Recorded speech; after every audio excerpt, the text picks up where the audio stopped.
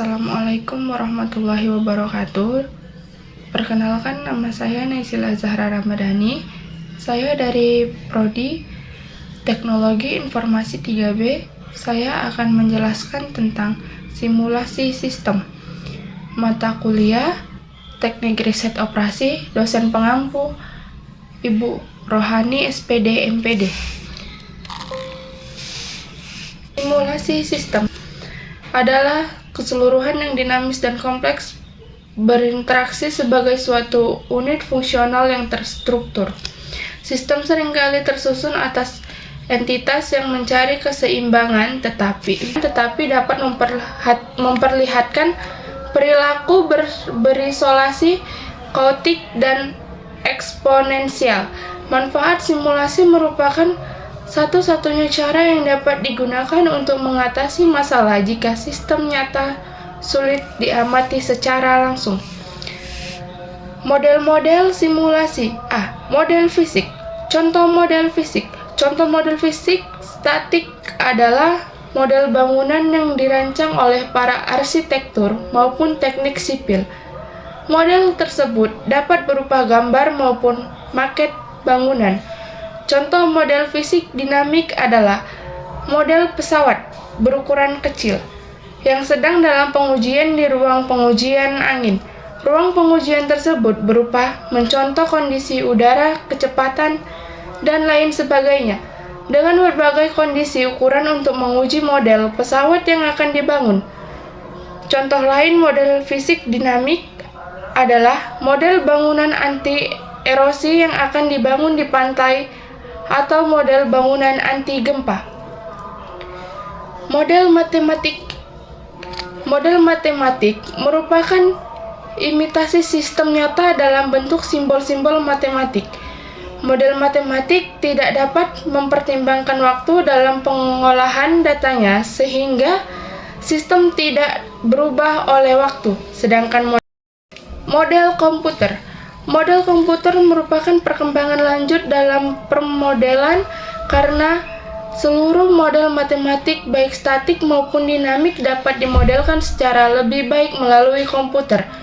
Model komputer dinamik dapat kita lihat secara sederhana pada model permainan game yang meniru dunia nyata.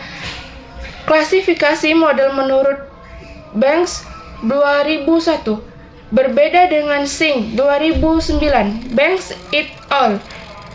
2001 hanya mengelompokkan model dalam dua jenis, yaitu model fisik dan model matematik. Model matematik ini dapat dinyatakan dalam bentuk notasi simbol atau persamaan matematik dan bisa juga disajikan dalam bentuk model simulasi. Model simulasi ini kemudian lebih jauh dapat diklasifikasikan sebagai model simulasi statik atau dinamik, model simulasi deterministik atau stokastik, dan model simulasi diskrit atau kontinu. Model simulasi statik. Model simulasi statik dikenal juga dengan nama simulasi Monte Carlo yang mempresentasikan sebuah sistem pada suatu waktu tertentu. Contoh simulasi jumlah pelanggan yang membeli suatu produk di sebuah toko berdasarkan data historis yang berdistribusi eksponensial. Kemudian dibangkitkan bilangan random untuk menunjukkan jumlah pelanggan yang dibangkitkan sesuai posisi interval distribusinya. Model simulasi dinamik. Model simulasi dinamik mempresentasikan sistem dari waktu ke waktu. Contoh simulasi sebuah bank dalam rentang jam kerja tertentu. Namun harus diperhatikan bahwa model simulasi dinamis dalam pengertian ini berbeda dengan model simulasi sistem dinamis atau dynamic system.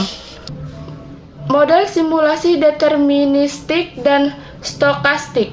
Model simulasi deterministik adalah model simulasi yang tidak memiliki variabel random dalam inputnya. Contoh, simulasi kedatangan pasien seorang dokter praktek yang telah diatur jadwal pelayanannya. Model simulasi stokastik adalah model simulasi yang memiliki satu atau beberapa variabel random dalam inputnya. Random input ini akan menghasilkan output yang random pula. Contoh simulasi layanan teller bank. Model simulasi discrete dan continue. Model simulasi discrete adalah model simulasi yang status variabelnya berubah secara diskrit pada satu waktu tertentu. Contohnya simulasi layanan teller bank, di mana jumlah pelanggan yang menunggu atau antri berubah secara diskrit dari waktu ke waktu. Model simulasi continue adalah model simulasi yang status variabel berubah secara kontinu dari waktu ke waktu. Contoh simulasi permukaan air bendungan. Software simulasi.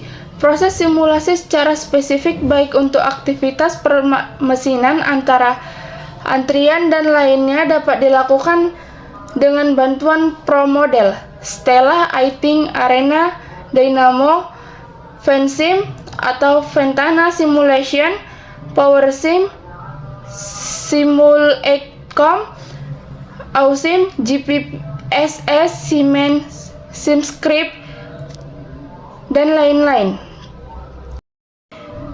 Banks 2010 mengatakan ada banyak fitur yang relevan saat memilih software simulasi. Beberapa hal yang harus dievaluasi saat memilih perangkat lunak simulasi meliputi: yang pertama, keakuratan dan tingkat detail, kemudahan untuk dipelajari dan penerapannya pada aplikasi yang akan digunakan. 2. Kecepatan saat proses eksekusi. 3. Waspadalah terhadap klaim dan demonstrasi iklan saat penggunaan. 4. Vendor mampu memberikan versi sederhana dari masalah. Saat memilih software simulasi, fitur yang harus dimiliki software harus mampu mendeskripsikan fitur model, runtime environment, fitur layout animasi, fitur output, dukungan vendor, dan dokumentasi produk yang terdapat pada software simulasi tersebut. Jenis-jenis software simulasi. A. ProModel. ProModel production modeler yang dikeluarkan oleh ProModel Corporation sebagai perangkat simulasi untuk berbagai macam jenis sistem manufaktur dan jasa. Penggunaan pada sistem jasa seperti pada rumah sakit, call center, warehouse, operasional, transportation system, queuing system, information system, customer service management, dan proses bisnis lainnya dapat dimodel dengan efisien dan cepat. Software ProModel yang digunakan adalah software berbasis Windows dengan hasil dari simulasi berupa data-data statistik yang dapat digunakan untuk menganalisa model dari sistem yang ada. Software ini dikembangkan secara spesifik untuk manajer operasional dalam mengembangkan desain proses operasional yang ada. Menurut Harrell, 2011, ProModel merupakan software simulasi yang dirancang untuk memodelkan sistem dengan proses discrete event dan menyediakan operasi pelaporan secara periodik dan statistik yang diolah berdasarkan periode yang dapat memberikan gambaran aktivitas sistem yang lebih lengkap pada saat keseluruhan simulasi. Keuntungan menggunakan software ProModel. 1. Mampu mendeteksi bottleneck yang terjadi pada proses produksi dan dapat langsung dieliminasi. 2. Mampu mengembangkan suatu proses produksi yang efisien. 3. Mengurangi lead time yang diperlukan. 4. Meningkatkan utilisasi sumber daya. 5. Mengurangi terjadinya penumpukan inventory. Vensim. Vensim adalah sebuah perangkat lunak simulasi yang dibuat oleh Ventana System, Harvard, Massachusetts. Tujuannya adalah untuk membantu perusahaan untuk menemukan solusi optimal untuk berbagai situasi yang membutuhkan analisis dan di mana itu diperlukan untuk mengetahui semua hasil yang mungkin dari implementasi, masa depan, atau keputusan. Vensim mampu mensimulasikan perilaku dinamis dari sistem yang tidak mungkin untuk menganalisis tanpa yang sesuai perangkat lunak simulasi karena mereka tidak bisa ditebak karena banyak pengaruh umpan balik dan lain-lain. Ini membantu dengan kausalitas, loop, identifikasi, dan menemukan poin pemanfaatkan. Arena adalah suatu perangkat lunak simulasi dan otomasi yang dikembangkan oleh sistem modeling. Dalam arena, pengguna membangun model eksperimen dengan menggunakan modul-modul yang menyatakan proses atau logika. Garis penghubung digunakan untuk menyatakan hubungan antar modul dan atau menyatakan aliran entitas. Arena dapat terintegrasi dengan baik dengan teknologi Microsoft termasuk Visual Basic. Arena juga mendukung diagram alir yang dibuat dengan menggunakan Microsoft Visio, membaca Excel dan Access. Di dalam Arena akan disimulasikan model yang telah dibentuk sebelumnya dengan input data primer maupun sekunder sebagai resource dalam pengoperasiannya.